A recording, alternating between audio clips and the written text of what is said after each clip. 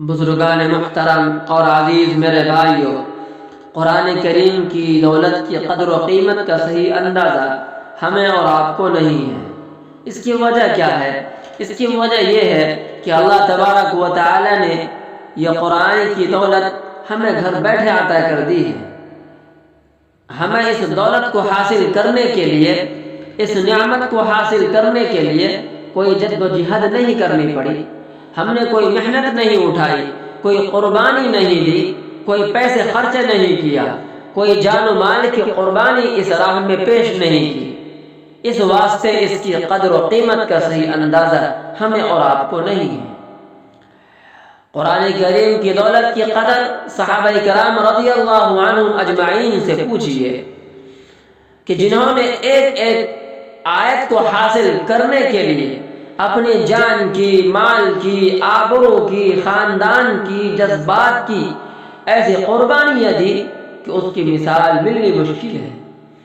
قرآن کریم کی ایک ایک آیت کو سیکھنے کے لیے صحابہ کرام رضی اللہ عنہم اجمعین نے جو دشواریاں اٹھائی ہے، جو محنتیں اٹھائی ہے، ان کا حال آج ہمیں معلوم نہیں ہے۔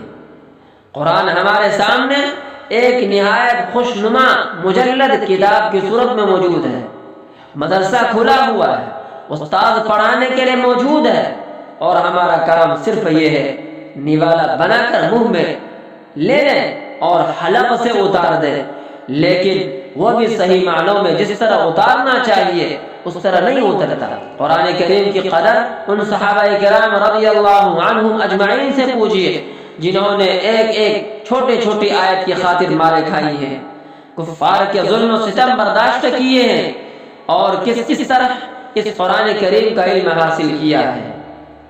صحیح بخاری میں ایک واقعہ موجود ہے کہ ایک صحابی رضی اللہ عنہ اجمعین جو آپ علیہ السلام کے عہد مبارک میں چھوٹے بچے تھے اور مدینہ طیبہ سے بہت فاصلے پر ایک بستی میں رہتے تھے۔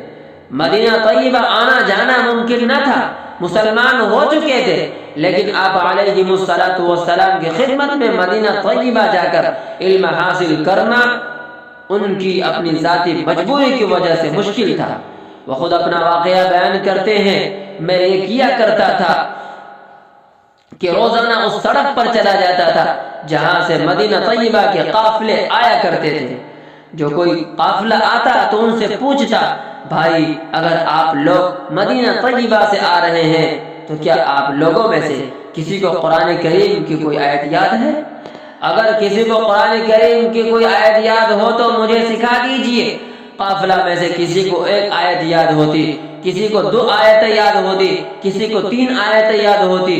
اس طرح ان قافلے والوں سے سن کر اور ان کے پاس جا کر میں نے ایک ایک 2 آیتیں حاصل کی، اور الحمدللہ اس طرح میرے پاس قرآن کریم کا ایک بڑا ذخیرہ محفوظ ہو گیا۔